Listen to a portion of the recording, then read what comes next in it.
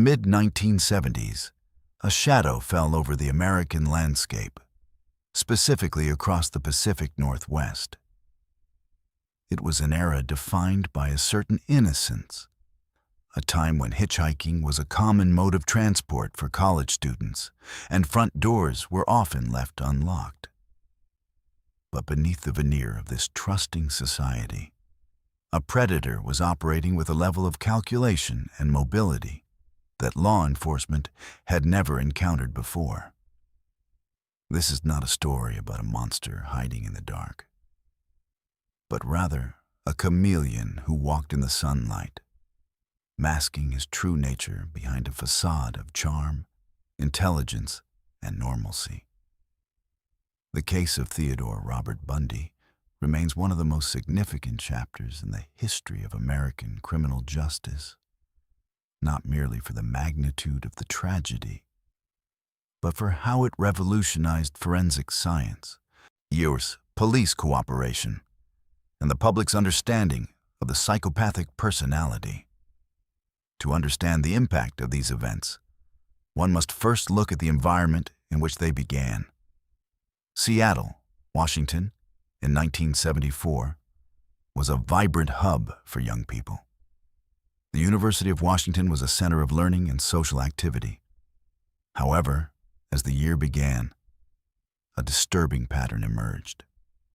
Young women, bright, ambitious, and with their whole lives ahead of them, began to vanish without a trace.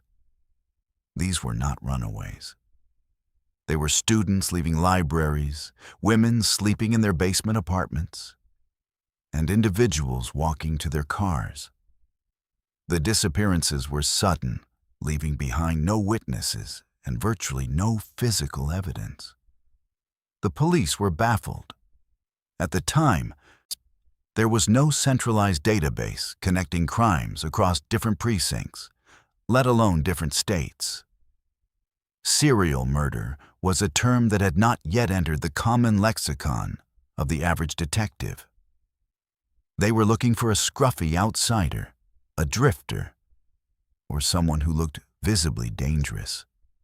They were not looking for a handsome law student who volunteered at a suicide prevention hotline and had connections to local politics.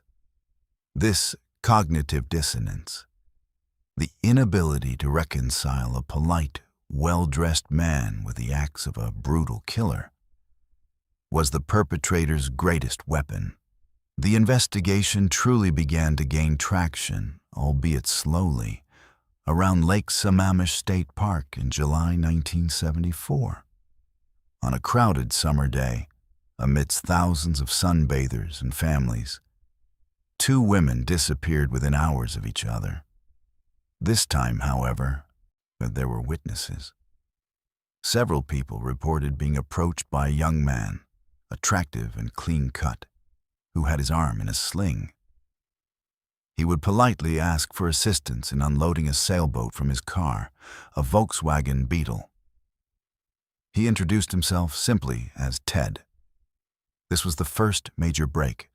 Police had a name, a description, and a vehicle type. A composite sketch was released, showing a man with wavy hair and a generic, handsome face. But the sheer volume of tips was overwhelming. In King County alone, thousands of men fit the description of Ted, and thousands drove Volkswagen Beetles. The data management systems of the 1970s consisted of index cards and filing cabinets.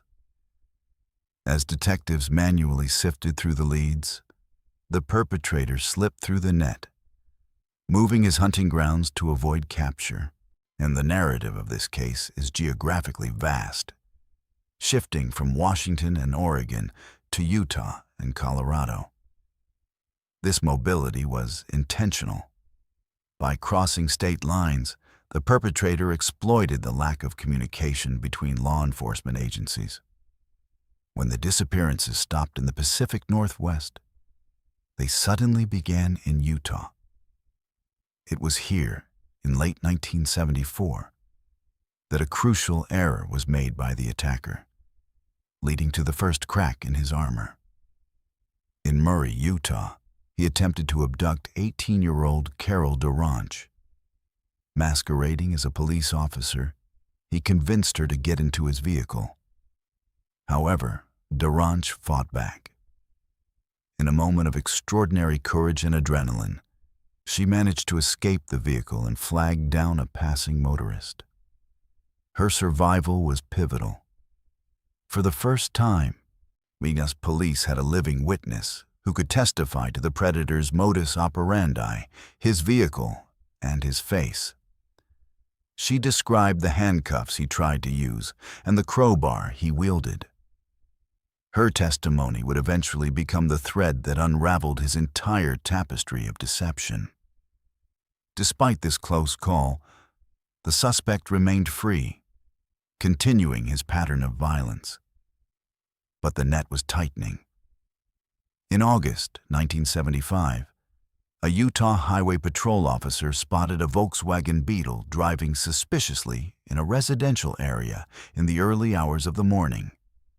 When the officer initiated a traffic stop, he found the driver to be a law student named Ted Bundy. Inside the car, the officer discovered a suspicious collection of items: a ski mask, a crowbar, handcuffs, and pantyhose with eye holes cut out.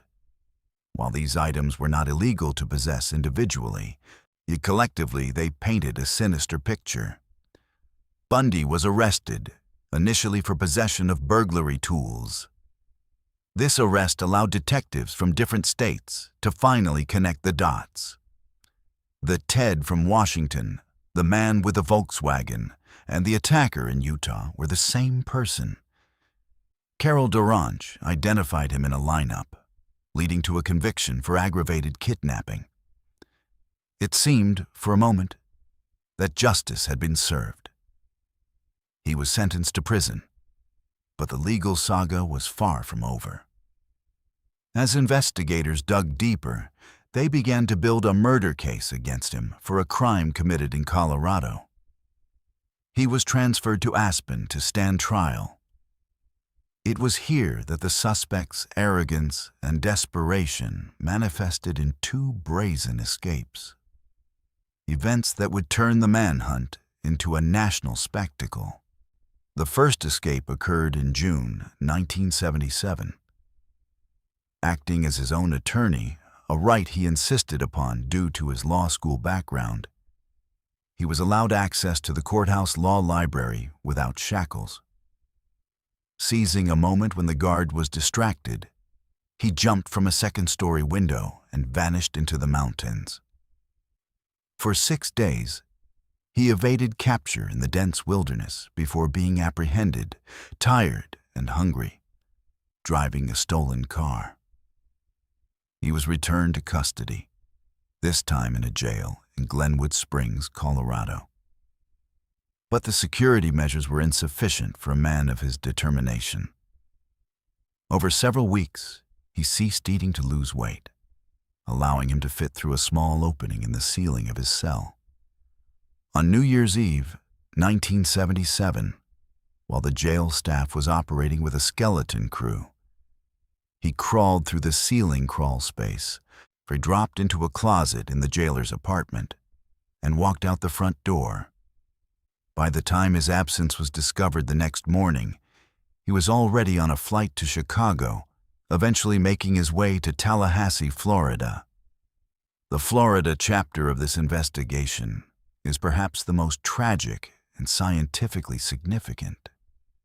In January 1978, the fugitive unleashed a chaotic assault on the Chi Omega sorority house at Florida State University. Within a brief window of time, he attacked 4 women, 2 of whom sustained fatal injuries. He then attacked another student in a nearby duplex. Unlike his previous crimes, which were calculated and hidden, this was frenzied.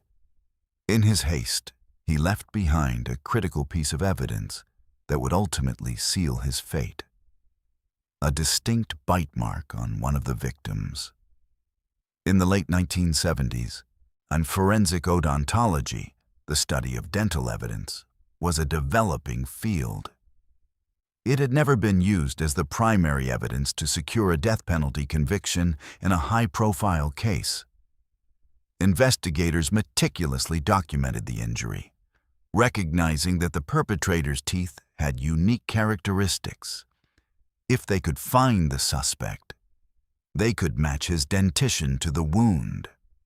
The final capture occurred in Pensacola, Florida, in February 1978. Once again, it was a routine traffic stop that brought him down. Officer David Lee noticed a stolen vehicle and attempted to pull it over. After a chase and a physical struggle, the fugitive was subdued. At the time of his arrest, he gave a false name, but his identity was soon confirmed. The nationwide manhunt was over. The subsequent trial in Florida was a landmark event in legal history, and it was the first nationally televised trial in the United States, bringing the courtroom proceedings into the living rooms of millions. The defendant, confident in his own intellect, once again attempted to represent himself during parts of the legal process. He charmed the media, played to the cameras, and treated the trial as a stage for his own ego. He seemed to believe that he could outsmart the judge, the jury, and the prosecutors. However, the prosecution had a weapon that charm could not defeat: hard science. Dr. Richard Souviron, a forensic odontologist, took the stand. In a dramatic presentation, he used large photographs of the bite mark found on the victim and transparent overlays of Bundy's dental impressions. The jury watched in silence as the overlays were placed over the photographs. The alignment was perfect. When the crooked lower teeth, the chipped incisor, every anomaly in the defendant's mouth was recorded in the bruising on the victim. It was irrefutable physical proof that placed him at the scene of the crime. This forensic evidence, combined with eyewitness testimony and the sheer weight of circumstantial connections, led to a guilty verdict. The illusion of the charming law student was shattered, revealed to be nothing more than a mask for a violent predator. The judge, in his sentencing, acknowledged the wasted potential of the man standing before him, noting that he could have been a brilliant lawyer, but instead had chosen the wrong path. He was sentenced to death. In the years that followed, while sitting on death row, the condemned man engaged in a series of interviews. With his final appeals running out, he began to confess. He provided details on dozens of murders across Washington, Oregon, Idaho, Utah, and Colorado. He drew maps and described burial sites, hoping to trade information for time. These confessions provided closure for many families who had spent years wondering about the fate of their loved ones, though many victims were never recovered. It is important to analyze the psychological profile that emerged during these interviews. He displayed classic traits of narcissism and sociopathy. He viewed his victims not as people, but as objects or possessions. He showed no genuine remorse for the pain he caused, only regret that he had been caught. He spoke of a dark entity that drove him, an attempt to externalize his responsibility. But forensic psychiatrists recognize this as typical manipulation. He was fully aware of his actions and the difference between right and wrong. He simply chose to ignore it. The execution was carried out in January 1989. Outside the prison, crowds gathered, cheering for the finality of justice. But within the law enforcement community, the focus was on the lessons learned. The case highlighted the desperate need for a national database of violent crimes. It accelerated the development of the Violent Criminal Apprehension Program, a system designed to flag similarities in unsolved homicides across different jurisdictions. It also validated the importance of forensic science, pushing for better funding and training in fields ranging from odontology to trace evidence analysis. Furthermore, this case changed the way society viewed safety. The stranger danger awareness of the 1980s was, in part, a reaction to the realization that dangerous individuals could look just like anyone else. It shattered the archetype of the creepy criminal and taught a generation that politeness does not always equal safety. The victims of these crimes must be remembered not merely as names on a list, but as vibrant individuals whose lives were stolen. They were students, daughters, and friends. Their potential was extinguished, but their legacy lives on in the improved systems of justice that protect us today. The survivors, like Carol DaRonch, demonstrated immense bravery, facing their attacker in court and ensuring that his reign of terror was brought to an end. As we reflect on this case, it serves as a stark reminder of the complexities of the human psyche and the tireless dedication of the detectives who refuse to give up. It demonstrates that while evil may be intelligent, methodical, and manipulative, it is not invincible. The pursuit of truth, aided by science and perseverance, can penetrate even the most carefully constructed disguises. In the end, the story is not about the brilliance of a killer, but about the triumph of the system that caught him. It is a testament to the fact that no matter how fast someone runs or how many masks they wear, the truth has a way of surfacing. The legacy of this investigation is a safer world, where communication between agencies is swifter, forensic science is sharper, and the mask of sanity is more easily recognized for what it truly is. As you navigate your own life, moving through crowds of strangers and interacting with the world, it is worth asking, how much do we rely on appearances to judge character? In an age where technology connects us all, are we safer now than we were then? Or has the nature of the predator simply evolved alongside us?